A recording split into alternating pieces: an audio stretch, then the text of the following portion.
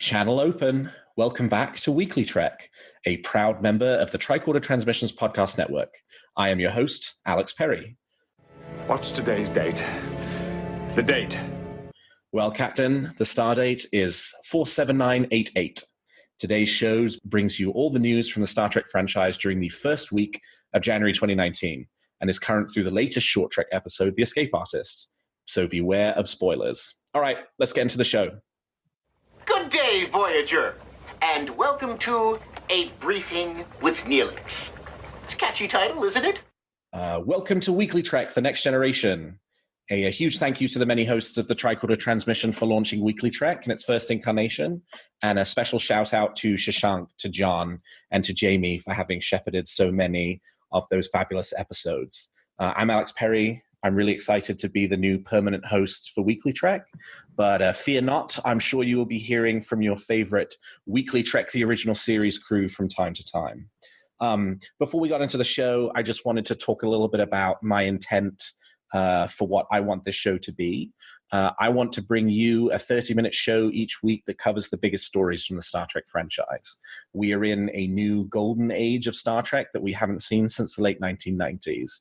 There are 3 television shows in active production. There are rumors just this week of more on the way, and there's enough merchandise to fill a Bajoran wormhole. I'll be on hand to make sure you don't miss any of it. But one thing that I also want to do is help you sort fact from fiction in an era when clickbait and sensationalist headlines are not just a problem for a 50-year-old science fiction franchise. And hopefully we'll have some fun along the way. But I can't do this alone. Each week, I'll be joined by a guest to help me talk through the news. And this week, I'm joined by my good friend and host of the TrekRanks Podcast, Jim Moorhouse. Jim, welcome to WeeklyTrek. Great to be here, Alex. We love WeeklyTrek, and I love what you just said there about kind of clearing up the clickbait misinformation that gets out there. Oh, man, it's dreadful. If I have to read another, is Megan Fox going to be in Star Trek 4 story, I think I might vomit. Exactly. Perfect example. Perfect example. All right, Jim, before we start this off and get into the news, I plan to ask my guests this every week, but I want to know something that's making you excited about Star Trek at the moment. It can be anything. It can be an episode, a news item, a book, a comic, merchandise, just something that you're reflecting on this week and thinking, gee, this is one of the reasons I love Star Trek, or this is something I really love about it. So what's got you moving at Warp 10? Oh, man, I wish I could go deep cut on this, but I have to go with what we're about to talk about in a few minutes, and that is the anticipation for Discovery Season 2. Oh, my God. Can't wait. We're a few days away, and I cannot wait. I think it's going to be amazing. The first spoiler-free reviews have started to post. I've counted 4 or 5 of them that have crossed the internet, and every single one of them has been extremely positive. And I have been avoiding every single one of them. And I haven't watched any trailers for like 6 weeks or 2 months, so I've just been in complete blackout mode. That is a Vulcan-like mastery of emotion, my friend, because I'm not sure I could resist. It's been hard. But I last season, and not to get down the rabbit hole, but last season there were so many spoilers and things that, with the plot twist this year, I'm really going to try to stay away from that stuff and just not engage. So I have one, which is a shout out to Lee Sargent and the Star Trek 365 series. Lee just got done with doing a new Star Trek illustration every day for the past year. And it was such a fabulous project. There were so many amazing images that he did. Such a great credit to him. I think I probably own the originals of like 30 of them.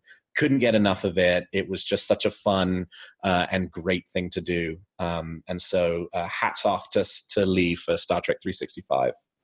Spectacular. He is a legend, and what an accomplishment that is. His art is amazing. I own probably maybe half a dozen, maybe 10 pieces. Love it. Fabulous. All right, let's turn to the week's top stories. What about freedom of the press? Please tell me you're not that naive. Okay, this was a huge week for Star Trek news. When I put this list together and I sent it to you a couple of days ago, it had, a few items on it. I've since had to cut items in order to keep this show to the 30 minutes that I want it to be. So thank you, Alex Kurtzman, for going on a huge press tour over the course of the last week and breaking news left, right, and center.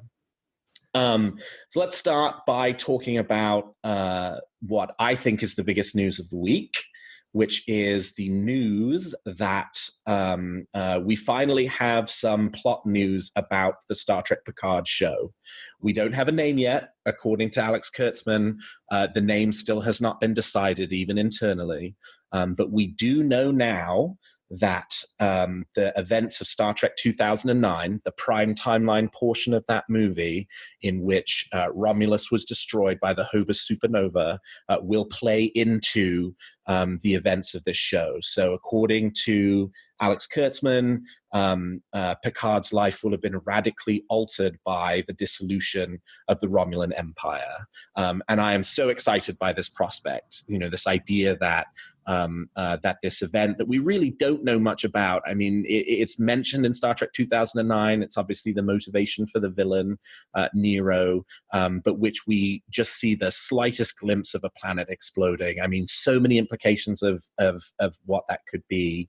And now we know that not only is that event going to play into Star Trek, but it's also going to play into this Picard show. Jim, what do you think about this? I could not be more excited about this. I don't get into canon. Can be kind of a difficult word for people. What I care about is continuity and connections. And for this, I've been thinking about this. Like, well, Romulus isn't going to be there, and how are they going to deal with that in this series? And the fact that the first piece of news we get about this series is that Romulus not being there affects Picard in profound ways. I could not be more excited. And when you think about Picard's connection with Romulus over the course of Next Gen with Nemesis and unification and mind melding with Spock and all those things, there's a lot to play with there. And I'm thrilled that that's the first thing they chose to reveal. I think that says a lot about how they're looking at this show. And I don't want to get too deep into speculation territory, but I've been thinking about this week a lot since this news came out, which is the destruction of the Romulan Empire will create a humanitarian crisis, the likes of which the 24th century has never seen. And I think that is really, really resonant with a lot of the sort of things that are happening in politics today. Obviously, right now, we're having a conversation about people fleeing from their homes and trying to find a better life in the US. And my guess would be, as pure speculation, that I think that part of the message, that's the sort of philosophical elements that will underpin this, will be very tied to some of the things that we've seen in the headlines today. Yeah, I think that's a great call out, great prediction. I try not to think about, I try never to predict or think about what showrunners are going to do. I always just say, I want them just to show me the show that they want to make, and I'm going to watch it. I'm either going to like it or dislike it. I try not to think about what they're going to show me. The one thing that I think is super cool, and I think people shouldn't forget, is this is going to be 20 years after Romulus was destroyed. So there's a huge canvas there for them to talk about, kind of the repercussions of what it meant, whether they use it as flashbacks or the things that change the Alpha Quadrant as we know it because of that event. Really, really cool. And I think likely puts to bed there'd been this ongoing discussion about, what can television Star Trek use from Star Trek movies, because of the separation between Paramount and CBS. But this seems to indicate that, that might not be such of a concern, and that, there's been such there are thousands of hours on YouTube, and I would heartily discourage anybody from going to find any of this dreck that goes into, prime timeline versus Kelvin timeline versus, CBS and Paramount split, and why, one show has to be in one timeline and one show must therefore be in the other timeline, and how fans are being lied to about, which timeline it's in. This proves that is all ridiculous rubbish, and that it seems much easier than even I thought possible for there to be crossover between the two, which I think is fabulous and is better for Star Trek as a result. Yeah, that's real fake news, as they say. I mean, complete utter hogwash, that all that stuff that's out there, and we don't need this to tell us that, but this sure emphasizes it. And yeah, it's pretty cool that there's that crossover is right there between the Paramount and CBS IPs. All right, so much more to come on Picard. So excited for it, but let's move on to the other big news of the week, which is that we have potentially another animated series coming and 2 more short treks in the spring. So also, again, as part of Alex Kurtzman's large press junket for this week in anticipation of season 2 of Star Trek Discovery premiering, he said that there will be a minimum of 2 animated series, and that CBS All Access has commissioned 2 more short trek episodes, both of which will be animated, and which will debut in the spring after Discovery season 2 wraps. It seems like from the discussion that Kurtzman had around how he was looking to develop something that really appealed to kids to sort of fire up the quote unquote next generation of Star Trek fans, that this second animated series could be something that skews much more to a younger audience, where the first animated series that was announced, Lower Decks by Rick and Morty writer Mike McMahon, I think is more of an adult animated show, but super exciting and super interesting. I mean, it's the animated series, the first animated series from the 70s. There is a debate between those who kind of see that as sort of more of a kid's show and those who see it as sort of more, adult content, because it was the only sort of avenue through which Star Trek storytellers had the ability to tell Star Trek stories at the time. But it seems like the second show maybe is going more in sort of a hard kind of kids direction. Jim, what do you think about this idea, a Star Trek animated show for children? Yeah, I mean, I guess we just needed to wait and see. I think he also made it. I mean, I don't think he made it clear it was going to be something different, and he didn't really say for children, right? But more of like an entry point for kids, and something that I think his thing. He used Luke Skywalker as the example, and the point there is that he made this point that some people were complaining about, that when he looked at Star Trek, he always saw fully formed characters already. And there's a lot of truth to that. There's also plenty of characters who aren't fully formed and are created through 7 seasons of television.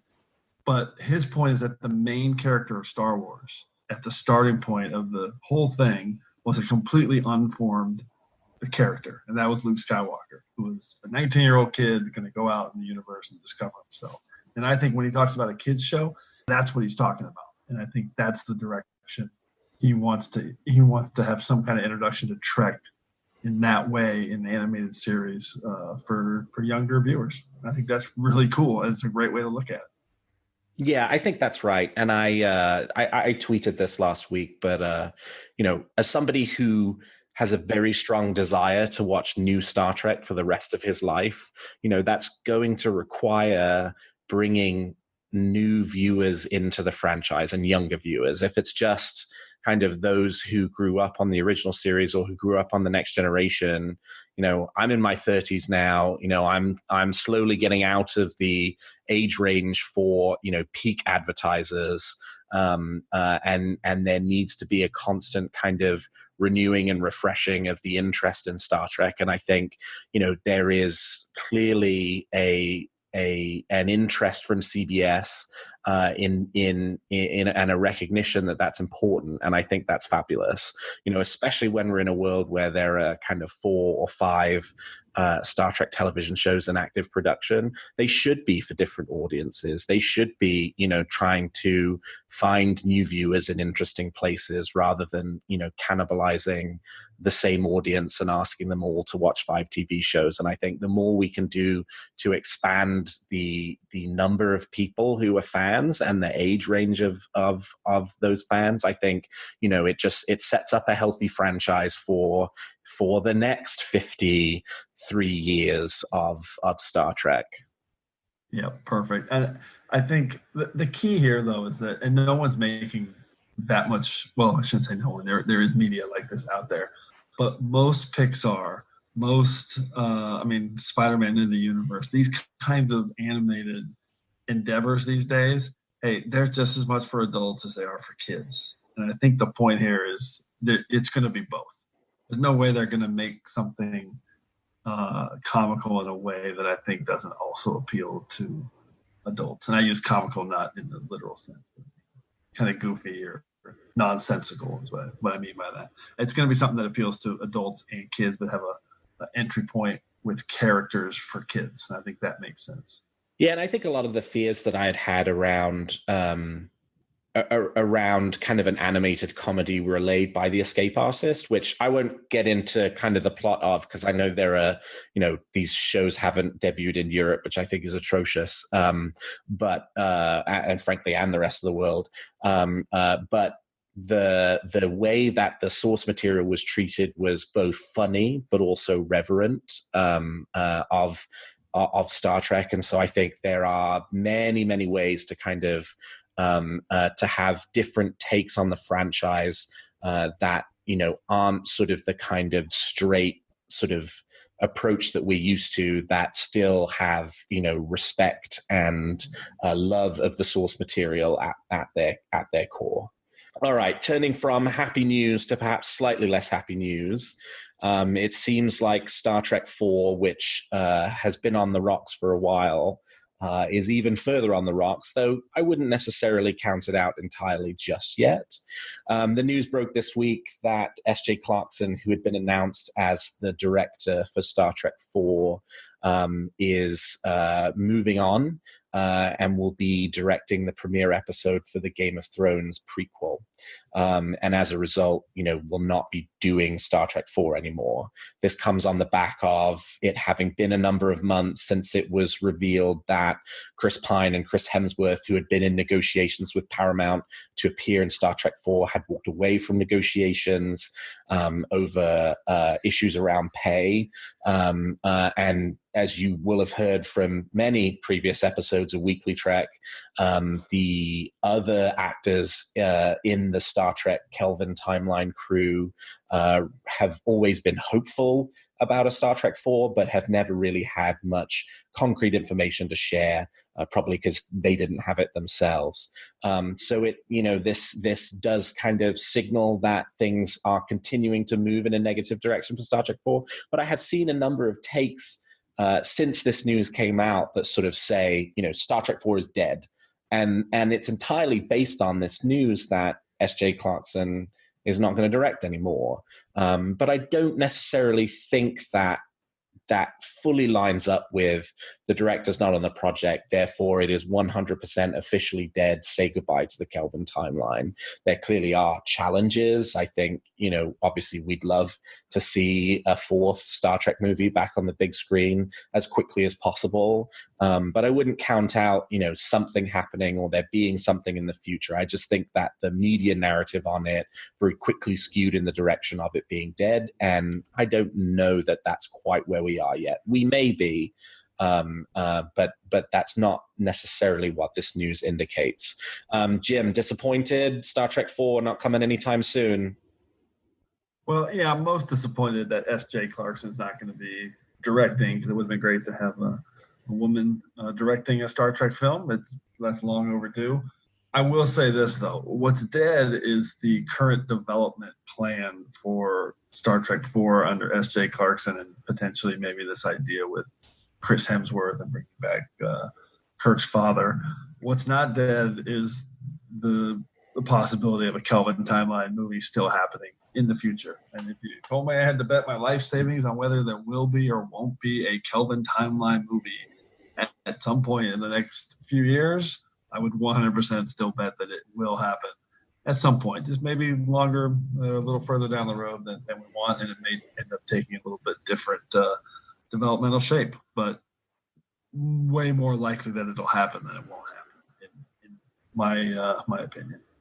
Yeah, I think I take that bet too. I mean, ultimately, this is a really powerful piece of intellectual property that Paramount owns.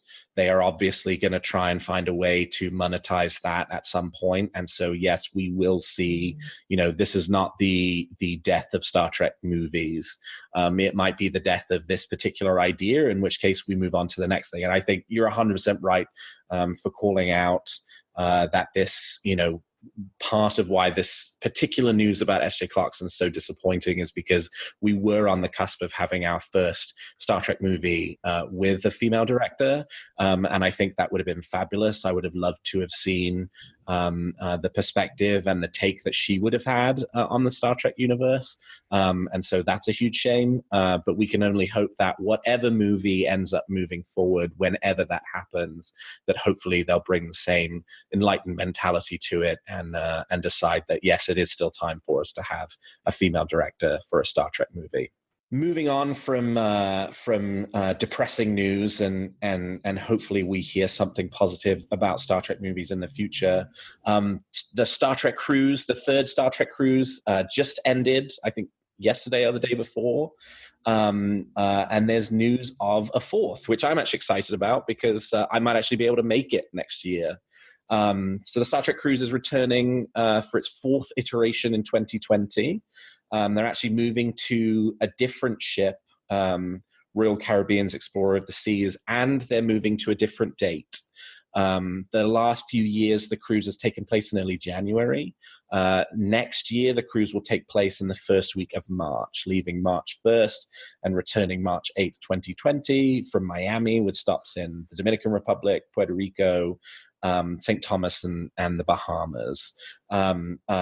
They already have what I think is a pretty fabulous lineup for the cruise. Kate Mulgrew is headlining, along with many of the stars of Star Trek Voyager. So 2020 is the 25th anniversary of Star Trek Voyager. But in addition to them, they've already announced William Shatner will also be appearing on the cruise. A number of the stars of Star Trek The Next Generation. It's sort of getting to the point where the Star Trek cruise guest lineup, of course, it will never rival Star Trek Las Vegas's over 100 guests that they get every year. But this is a really impressive lineup. And I think it is probably the biggest Star Trek guest lineup outside of Star Trek Las Vegas that there will be in the United States over the next year. I've never done it. I've always been super interested. Jim, are you a cruise guy? Does Star Trek the Cruise interest you at all? So I'm not a cruise guy. I really don't have much desire to ever go on a cruise, but I want to go to there. For sure, I want to go to there. That sounds amazing. I would totally go. And at some point, it might be just tempting enough to try to make it work. But yeah, I mean, it looks like a blast. The previous ones, all the social media coming out of it looks incredible. And the fact that it's in March this year or next year makes it a little more tempting. That's definitely a better time frame for me than early January. So who knows, someday. Yeah, fingers crossed. I think the thing that I'm most intrigued by is, STLV is fabulous, but the format is pretty much fixed, right? I mean, it's actors appearing on stage who, talk to the fans, take some questions. And while the cruise has that too, it also has these sort of more intimate experiences with the actors, take a cooking class with an Nanar visitor, do yoga with Terry Farrell. And then a number of the actors kind of put together their own performances for the evening portions. So Brent Spiner singing, or Robert Picardo and Armin Shimmerman doing sections of Shakespeare. That, it seems really cool. Not having experienced it, I can't say firsthand that it is really cool, but it's something that I'm super intrigued by. All right. And lastly, our last news story for today, sad news. W. Morgan Shepherd, a longtime Star Trek guest star, passed away this week at the age of 86. You may know him and his very distinctive voice as Ira Graves in the Star Trek The Next Generation episode, The Schizoid Man, the head of the Klingon prison colony Rurapente in Star Trek VI, The Undiscovered Country, and as Katai, the crazy alien in the Star Trek Voyager episode Bliss, and one of the few actors to have appeared in both the Prime and the Kelvin timeline. He was also the Vulcan science minister in Star Trek 2009. Stan Lee is renowned in the Marvel Cinematic Universe for having appeared in every MCU film up to his death. And if you're looking for a Stan Lee of the Star Trek universe, W. Morgan Shepard gets you pretty close. Next Generation, original series movies, Voyager, and the Kelvin timeline. Just a fabulous actor with a fabulous voice, and now our deepest condolences to his family. Jim, favorite W. Morgan Shepard role? Oh, that's a good one. It's not Ira Graves because he played it too well. Because I can't stand Ira Graves. What a jerk. It's got to be the Rurapente prison guard or whatever his title was. He's a legend. He's unbelievable. And I also love that one of his sons, or his son Mark Shepard, is a really well-known genre actor from Supernatural and was on Star Trek Voyager as Icheb's dad. So he's one of my favorite actors. He was in Firefly as Badger. So yeah, lots. It's a bummer. He's a legend for sure. Rest in peace, W. Morgan Shepard. All right, now we've got the news out of the way. Let's have a little fun. You make some very good points, Captain. But it's still all speculation and theory. So we've talked about the facts. Now let's speculate on what's going to happen in the future of Star Trek. Each week, I and my guest are going to give you a theory we're nurturing about the future of the franchise. So it could relate to a TV show, a movie, book, comic, merchandise, whatever. Wild speculations and on what we think is going to happen. And I'll go first and then I'll kick it over to Jim. So mine is, and it's not much of a theory because it was a theory a week ago, and then they took it down off of CBS All Access. But I think we're not going to see After Trek in season 2 of Star Trek Discovery. Matt Myra on his Star Trek The Next Conversation podcast indicated that he was not under contract and that the show would not be moving forward. We had previously heard that, it was going to happen in some form, but he seemed to indicate that perhaps no, it wouldn't. But that maybe it might return, while not for Discovery Season 2, it could come back in another iteration at a later time. And this week, they did take the whole show down off of CBS All Access. So given we are now, as of recording, 5 days away from the premiere of Star Trek Discovery Season 2, that's not a terribly hopeful sign that we will have After Trek to look forward to for Star Trek Discovery Season 2.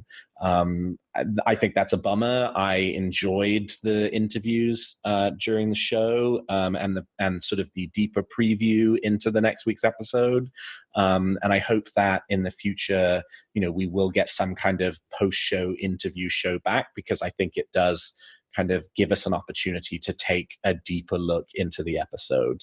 All right, that's mine. Jim, it's your turn. You're piloting a shuttle from Focus 3 through a quantum rift. So tell us something you think or hope is going to happen in Star Trek. And I promise there'll be no consequences if it doesn't come true, but you may be trapped in an alternate dimension forever.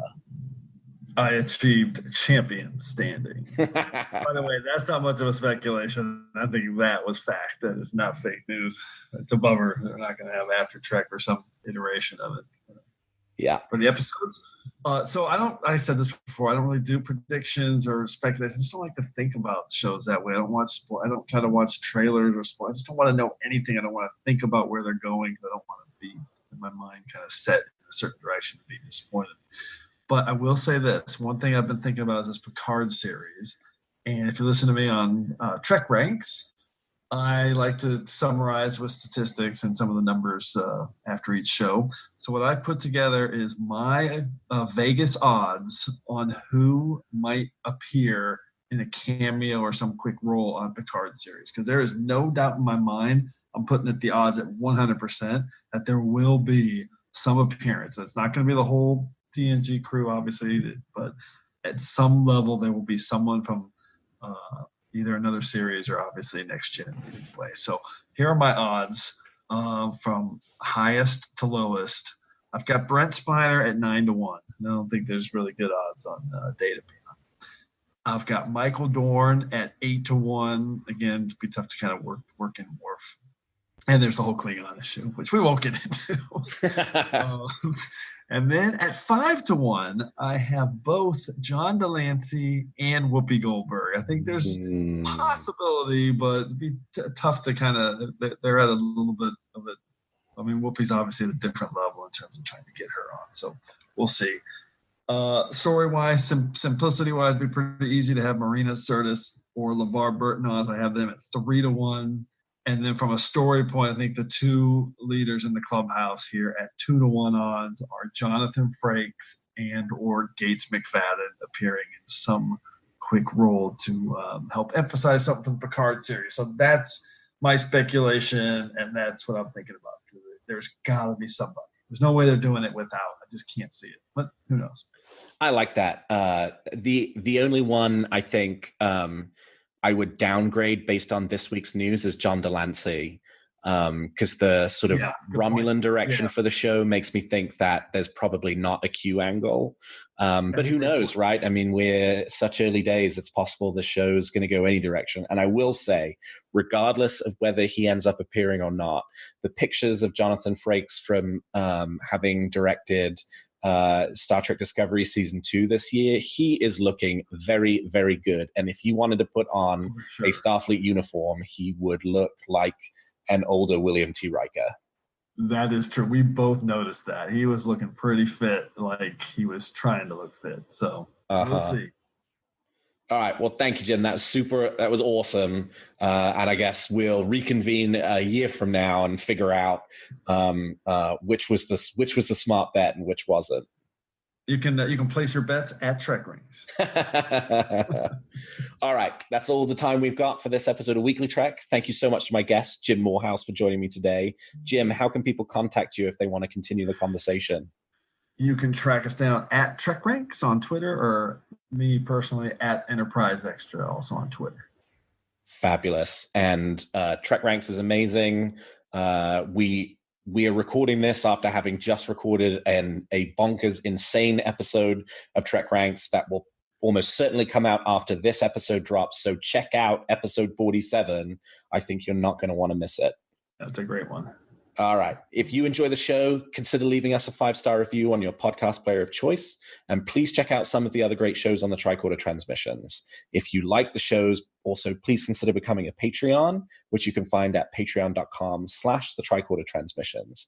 You can find me at Alexander T. Perry, and you can also find the show at Weekly Trek. And lastly, a personal plug for my favorite news site, where I am also lucky enough to be a contributor, trekcore.com. If this show gets anywhere close to their high standard for news reporting and analysis, I'd say we've done a pretty good job. Well, thank you so much, everyone. That's all we've got time for this week. And until next week, live long and prosper.